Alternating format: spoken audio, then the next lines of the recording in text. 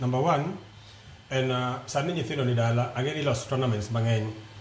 Adwa kwayo jok maloso tournaments, mondo kik tournaments gi chwanya gi jonyuol, giket time ma tournaments rume. Tournaments rume sa 11, nyithindo dhi dala, maka nyathi obiro ot sa 2 otieno, ing'eni nyathini no dhi kona kona. Tournaments onego bed ni miyo time, all tournaments onego bed rumo by sa 11 odhiambo. Mondo koro nyathi kata ka ne tournament kama bor, ting'eni ka gik sa 1 ka latest, nyathi osaduogo niego e ot in safe kod nyathini. Mwaso nyithindo manyiri. Mar ariyo, awinjo ka Jamigori owacho about ICT. Nitie gimilo ni GIGO, gigo, garbage in, garbage out.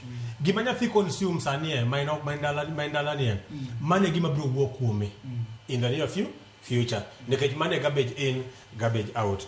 Mar adek, adwa nyiso nyithindo gi ABCD. A, avoid negativity.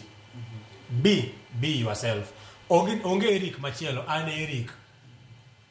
Eric machielo cha ben mana Eric no, lakini be yourself. C, consider things from every angle. Nothing is impossible. D, discipline. I just got my students at KCITI, discipline is directly proportional to success, not inversely. So be disciplined and then your future will be good. Tomugik and Osea. Osea, Angwen, Auchial. My people will perish because of lack of knowledge.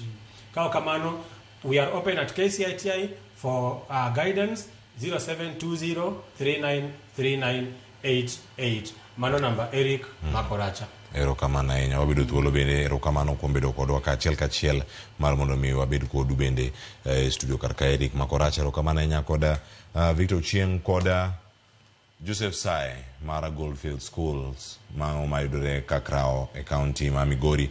Erokamano ahinya. Wach madonjona karkae ma wuok kuom Destiny Boy Boni wacho ni floods is back in Kapuothe, Nyalenda B sub-location. Enang'a timore koth chwe gwenge duto wameduro bedo akicha ngima kiklal mondo akikethre wabeduro motang' e kinde gi makoth medo chwe e kuonde mopogore pacho ka. Aduogo ko twake chenro mar mbako romo to sani chenro matedo gi chiemo biro ne achiel kachiel. Oriti masani nyinga Cleophas Oluoch, jakisumo kanya kwar mokyo nyaka tisango. Oriti masani.